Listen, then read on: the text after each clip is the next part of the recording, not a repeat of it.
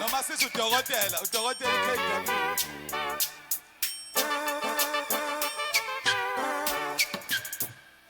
Komhlali duma izulu lonya sirusa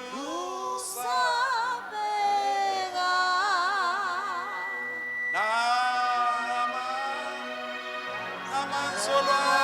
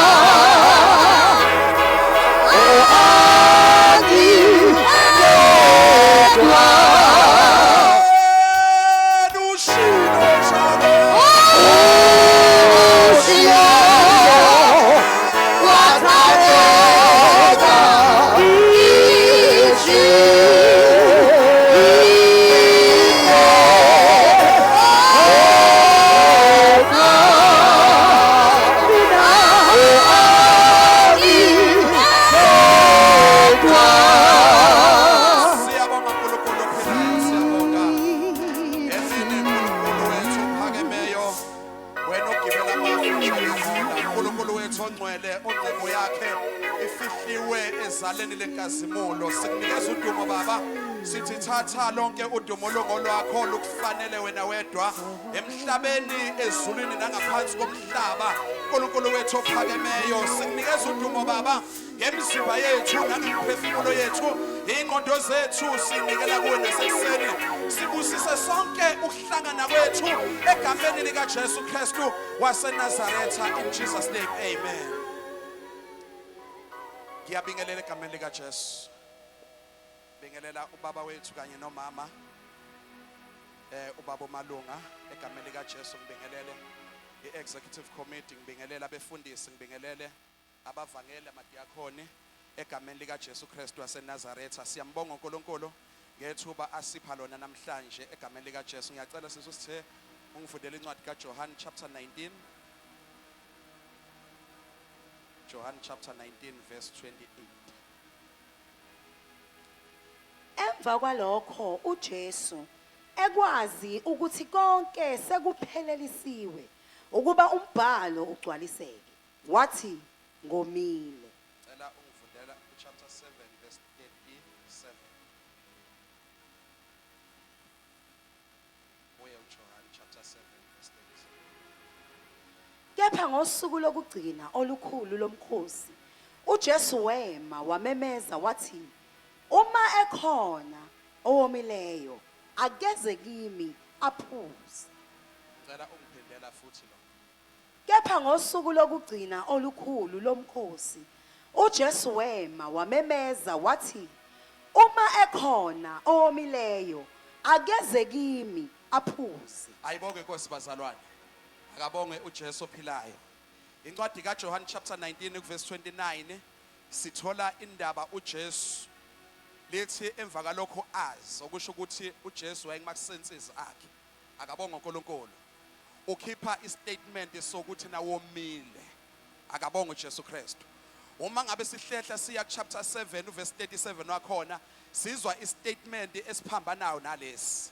Lo muntu okade emema abantu eba invitela kuyani lithi lapha na ku verse 37 kwakunesixuku njoba kuhleli kanje akabonga uNkulunkulu.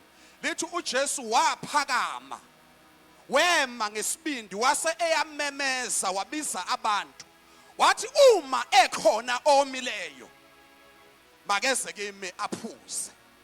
Kodwa namhlanje uma elenga esiphambanweni kushintsha istatement asikhulume ngakalenga esiphambanweni. Ngiyathanda ukuthi before ngize la ngikhulume ngalentaba yaseGolgotha ukuthi lentaba yaseGolgotha uJesu akuyona manje azofa kuyona akusiyona intaba yokuqala simthola ekuyona. Intaba yokuqala simthola kuyona simthola esentabeni ekuthiwa kwakuyintaba i-mountain of temptation ongukuthi intaba la owayehlukushwa khona elithi izwi likaNkulunkulu after 40 days enyukile kule ntaba la kwebonakala uSathane efika kuyena ebengabe efika kuyena ufika umtshela izinto ezintathu uJesu uyayirefuse. Eyokuqala uthi akaphendula amatshe awenza isinki uJesu uyanqaba. Uyabuya nesibili uthi akagibele ethempelini ebeseyiphonsa phansi entabeni ngoba uliyaleziwe ingelesi ukuthi na zizokwehla zimbambe uJesu uyanqaba. Okwesithathu uSathane usemtshela uJesu ukuthi akakhothamele yena uJesu uyanqaba. Mesidlulela entabeni yesibili intaba yaseGetsemane akabonga uNkulunkulu.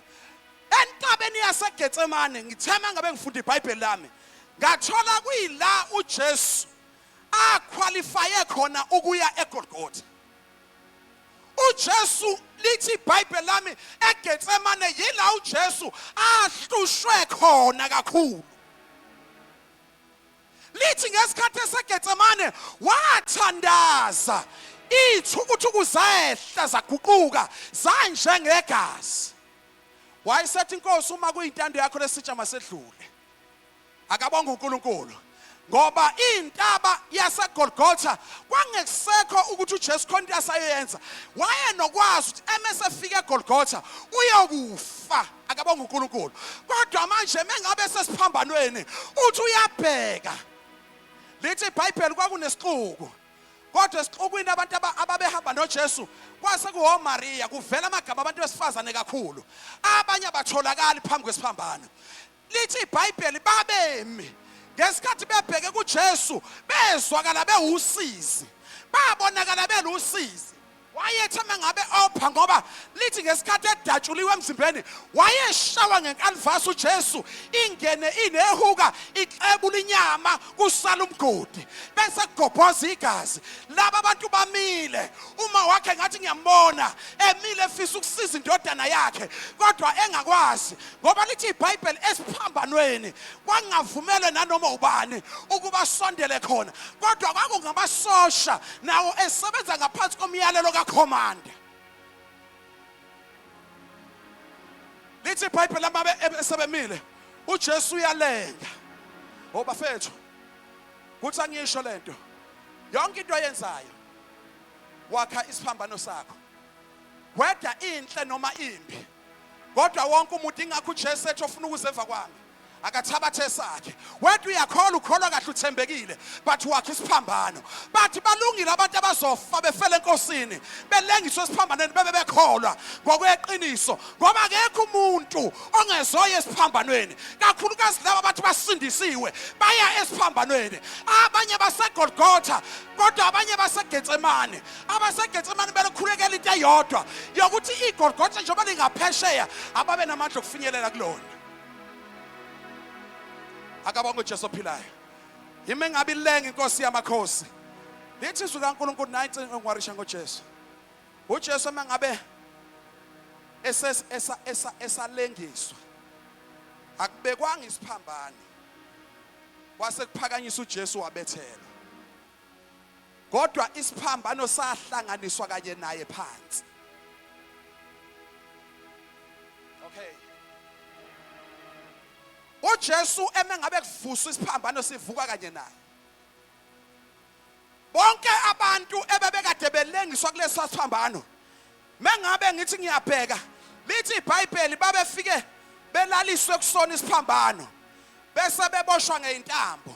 But uJesu mengabe ehlanganiswa naso uhlanganiswa ngezipikili ngoba intambo ziyabola ziqashuke. Kodwa laphana kuJesu ngesikhathi benza ingakho ethi baba baxolele ngoba bakwazi abekenzayo. Bathi benza into yecebo labo kanti benza into yecebo lezulu. Bethi izulu kaNkulunkulu bathelele phansi bamhlaba ngezipikili. Isixuku sasingamboni opha asikhalanga esephansi kodwa kwathi kuba aphakanyiswe ngenxa yemsebenzi yakhe eminingi isiphambano sakhe saba sidu kwedlula ezinye. Lithi izulu kaNkulunkulu sabekwa esenta kanti ngesikhathi sibekwa esenta udonsa izizwe zonke uyidonsela kuye bona bazi kodwa uNkulunkulu.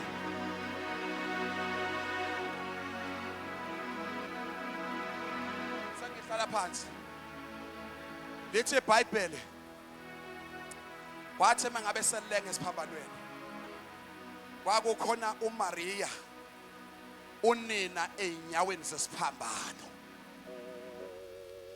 Lithi uJesu wamemeza wezwakala efuna amanzi. uMaria uyezwa kodwa amandla akanawo.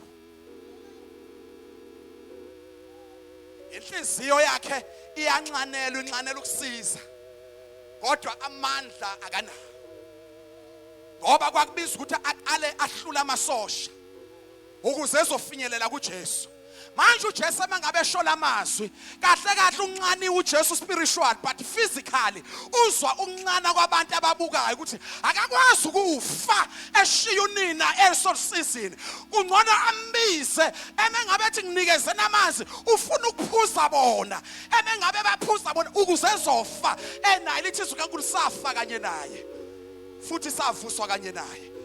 Nkosi wabusa inibosisa.